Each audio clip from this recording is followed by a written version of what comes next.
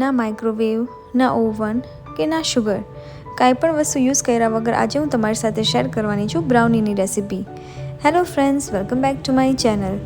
આજે આપણે બનાવવાના છીએ વોલનટ બ્રાઉની. વોલનટ બ્રાઉની પણ હું તમારી સાથે જે રેસીપી શેર કરીશ એમાં હું બ્રાઉની એક ટીનના ડબ્બામાં બનાવવાની છું. તમે મારી પહેલાંની કેકની રેસીપીઝ જોઈ હશે તો તમને ખબર હશે કે હું જ્યારે પણ કેક કે કોઈ પણ બેકરીની આઇટમ બનાવું છું ત્યારે હું વધારે પડતો માઇક્રોવેવનો યુઝ નથી કરતી.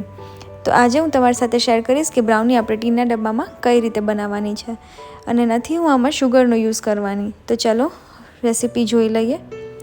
તો એના માટે અહીંયા પહેલાં હું લઉં છું મેંદો, ઓલ પર્પઝ ફ્લોર જે હોય છે એ મેં લીધો છે 200 ગ્રામ્સ. સાથે બટર લઉં છું અંદાજે 30 to 35 ગ્રામ્સ. તમે 30 ગ્રામ્સ એવું યુઝ કરી શકો છો, ચાલે. એને આપણે મેલ્ટ કરવાનું છે, પણ એની સાથે આપણે લેવાની છે ચોકલેટ. અહીંયા હું ડાર્ક ચોકલેટનો યુઝ નથી કરતી, હું મિલ્ક ચોકલેટ યુઝ કરું છું. નકર જનરલી લોકો જ્યારે બ્રાઉની બનાવતા હોય છે તો એ લોકો ડાર્ક ચોકલેટનો યુઝ કરતા હોય છે, પણ મેં અહીંયા મિલ્ક ચોકલેટ યુઝ કરી છે.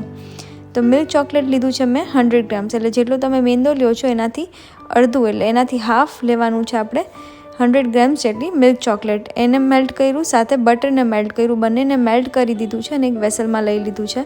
હવે હું એડ કરું છું કન્ડેન્સ મિલ્ક. કન્ડેન્સ મિલ્ક મેં લીધું છે 200 ગ્રામ્સ જેટલું.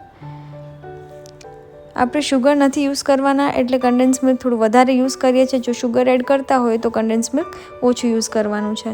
હવે એડ કરીએ છીએ 1 ટેબલસ્પૂન જેટલો કોકો પાવડર, સાથે 1 teaspoon baking powder, 1/4 teaspoon baking soda. એ બધું એડ કર્યા પછી આપણે એડ કરવાનો છે મેંદો. મેંદો લીધો છે 200 ગ્રામ જેટલો. એડ કરતું જવાનું છે અને મિક્સ કરતું જવાનું છે કે એમાં જરાય લમ્સ ના રહે ને એકદમ આપણને જે કન્સિસ્ટન્સી જોઈએ છે એ કન્સિસ્ટન્સી આવી જાય એના માટે આપણે દૂધ એડ કરતું જવાનું છે. જેમ જોઈએ એ પ્રમાણે અંદાજે મેં 1 કપ જેટલું દૂધ યુઝ કર્યું છે. તમે તમારી ક્વોન્ટિટી વધારે હોય તો થોડું વધારે દૂધ એડ કરી શકો.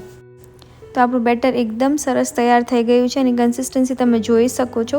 પોરિંગ કન્સિસ્ટન્સી હોવી જોઈએ, મતલબ ચમચામાંથી ઇઝીલી પડવું જોઈએ એવી કન્સિસ્ટન્સી રાખવાની છે.